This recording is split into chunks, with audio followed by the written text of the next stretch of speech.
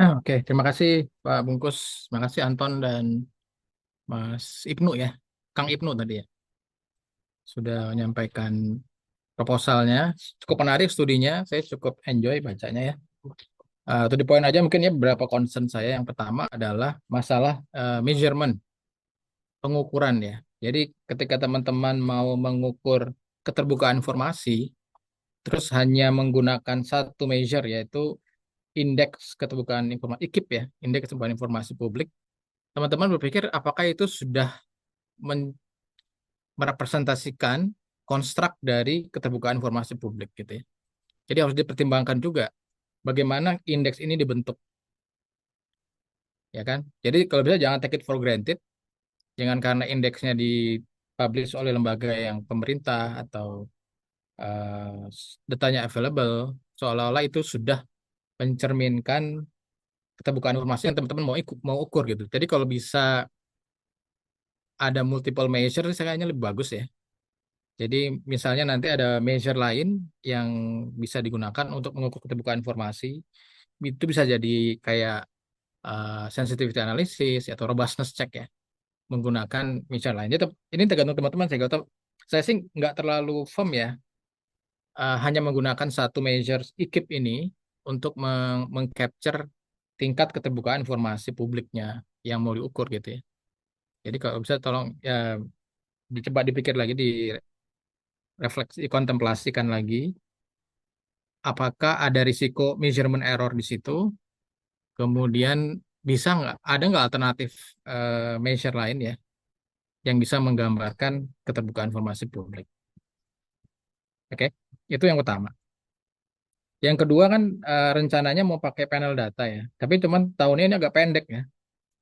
Tahun yang dipakai kan 2021 sampai 2024, itu 4 tahun. Kayaknya em, untuk buat panel data yang ideal tuh masih terlalu pendek ya. Jadi kalau mau pakai panel data sebaiknya datanya mungkin diperpanjang lagi. Ya idealnya 10 tahun lah gitu ya. 10 tahun. Karena panel data model itu kan mengcapture perubahan over time.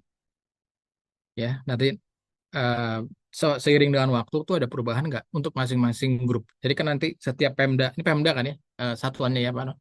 Unitnya ya. Setiap Pemda kan nanti akan dijadikan satu grup tuh. Oleh modelnya akan dilihat over time ada nggak perubahan. Jadi kalau saya khawatir nih kalau cuma data 4 tahun nanti hasilnya nggak signifikan nih. Apalagi kalau variabel variabel yang diukur ini kan berubahnya nggak terlalu drastis ya. Jadi indeksnya ini mungkin setahun naik 0,01 atau turun 0,1 gitu ya.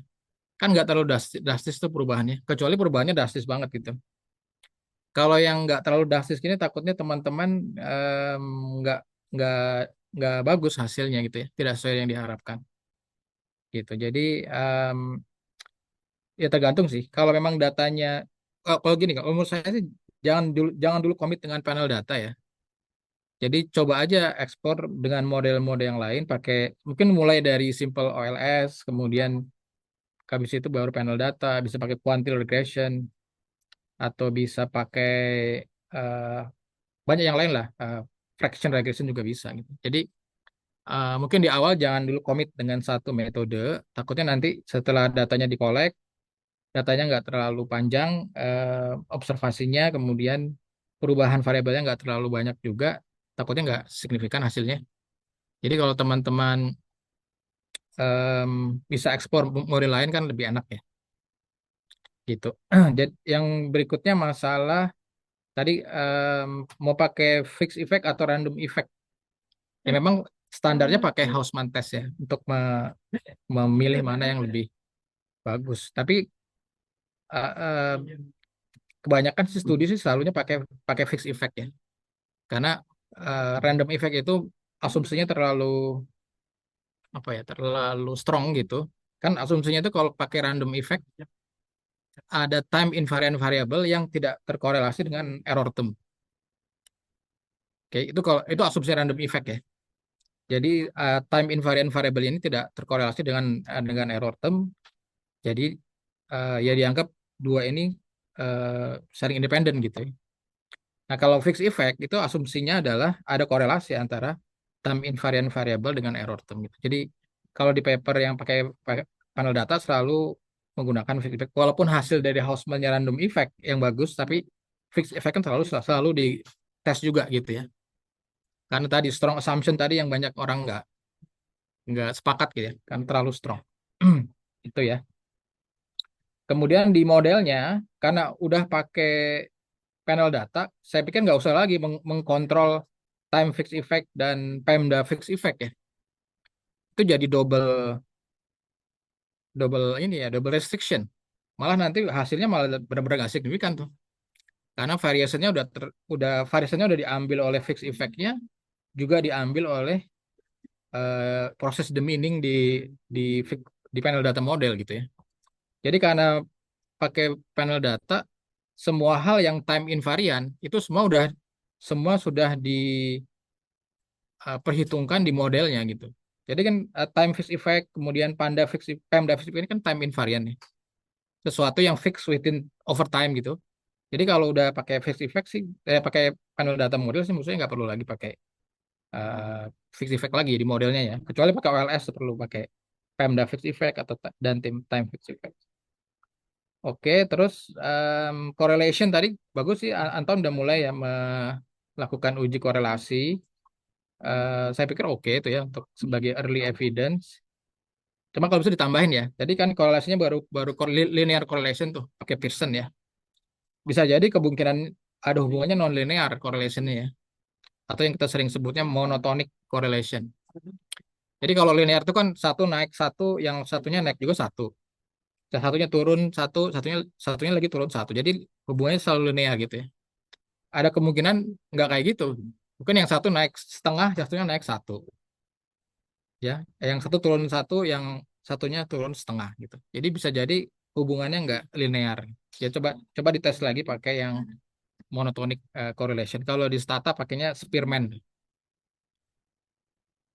Oke, kalau linear kan pakai Pearson ya, Pearson Wise. Kalau yang eh, monotonik pakainya Spearman. Oke, itu aja Pak Bungkus. Sementara masukan dari saya. Tapi concern utama sih data availability dengan jangka waktu periodenya nih. Satu lagi masalah ini tadi. Di salah satu hipotesisnya kan ada mau menguji perbedaan pengaruh IKIP di Pemda yang transparan dan tidak transparan gitu ya. Yang lebih transparan tidak transparan gitu. Ada nggak ya? Kayaknya ada deh. Kalau nggak hipotesis 4 atau 3 gitu. Cuma di modelnya sih belum kelihatan ya. Bayangan saya itu nanti ada satu dummy variabel tentang Pemda transparan tidak transparan gitu ya. Yang transparan satu, yang tidak transparan nol. Kemudian nanti diinteraksikan dengan IKIP, bukan, interaksikan dengan IKIP ya benar ya harusnya. Cuma di modelnya sih belum kelihatan ya bahwa untuk menguji hipotesis 4 atau 3 tadi yang membedakan itu belum kelihatan di model. Oke, Pak Bungkus, terima kasih. Itu aja sementara. Baik,